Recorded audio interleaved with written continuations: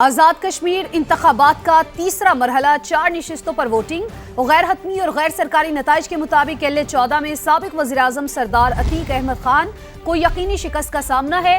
ہارنے کی صورت میں 3 بار کے سابق وزیراعظم آزاد کشمیر سردار عتیق 40 سال کے بعد اسمبلی سے باہر ہو جائیں گے۔ عوامی دست و بازو پارٹی کے امیدوار کو فیصلہ کن برتری حاصل ہے۔ 214 میں سے 212 پولنگ سٹیشنز کے غیر حتمی غیر سرکاری نتائج کے مطابق ساجد اقبال کو فیصلہ کن برتری حاصل ہے۔ 40,300 ووٹ لے کر آگے ہیں، جبکہ سردار عتیق احمد خان 19,040 ووٹ لے کر پیچھے ہیں۔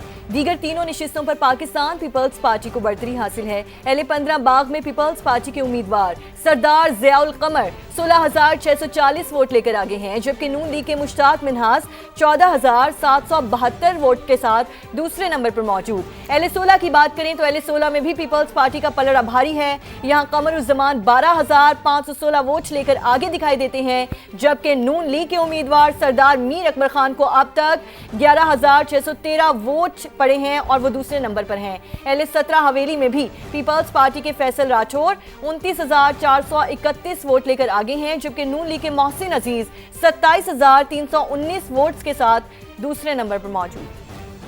امیر کیس میں گلستانی جوہر کا مشتبہ گیسٹ ہاؤس 71 برس کی خاتون طاہرہ سلطانہ کا نکلا، جسے لیاقت علی نامی شخص بنگلہ کرائے پر لے کر بطور گیسٹ ہاؤس چلا رہا تھا۔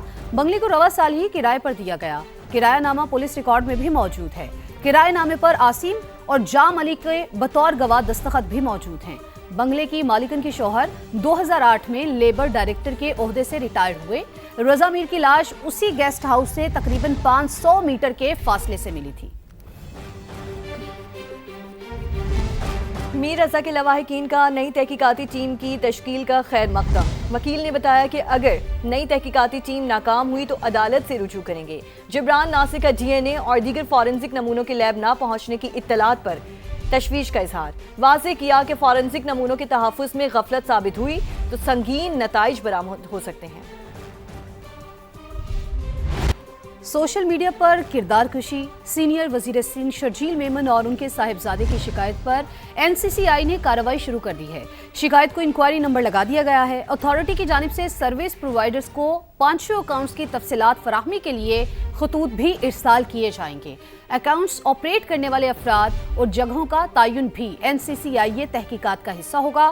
شرجیل میمن اور ان کے صاحبزادے کی جانب سے فیس بک کے 5 اکاؤنٹس اور نام سے موجود پلیٹ فارمز کے خلاف کارروائی کی درخواست کی گئی ہے، جن میں میر رضا کیس سے تعلق جوڑنے سمیت دیگر الزامات کے تحت میڈیا مہم چلائی گئی۔ آگے بڑھیں اور آپ کو بتائیں کہ مکہ معاہدہ کسی کے خلاف جارحیت کے لیے نہیں، خطے میں امن، سلامتی اور خوشحالی کے لیے ہے۔ وزیر اعظم شہباز شریف کا کابینہ اجلاس سے خطاب۔ کہا مکہ اور مدینہ دنیا کے مقدس ترین مقامات ہیں۔ پاکستانی افواج اور عوام سعودی بھائیوں کے ساتھ مل کر ان مقامات کی حفاظت کی ذمہ داری نبھاتے رہیں گے۔ آزاد کشمیر میں کچھ عناصر نے اغیار کے اشاروں پر حالات خراب کرنے کی کوشش کی، واضح ثبوت بھی موجود ہیں۔ امن اور تحمل کا راستہ اختیار کرنے والوں سے نئی بننے والی حکومت بھی بات چیت کرنے کے لیے تیار ہو گئی۔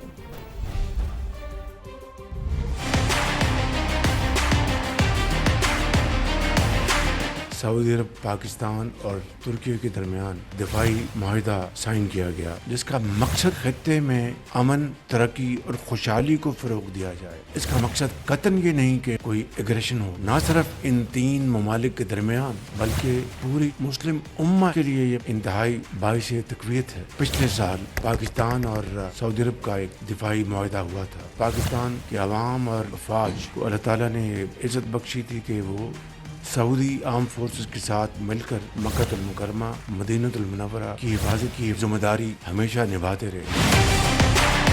آزاد کشمیر جن لوگوں نے وہاں پر جان بوجھ کر معاملات کو خراب کیا، اغیار کے اشاروں پر کام کر رہے تھے، جس کے واضح ثبوت ہیں، جو صرف تلے ہوئے ہیں کہ ہم نے خرابی کرنی ہے، اناکی مچانی ہے، تو ان کو تو اس کی اجازت نہیں دی جائے گی۔ لیکن جو امن کے ساتھ بات چیت کرنا چاہتے ہیں، ان کے لیے نئی حکومت یہ موقع مہیا کرے گی۔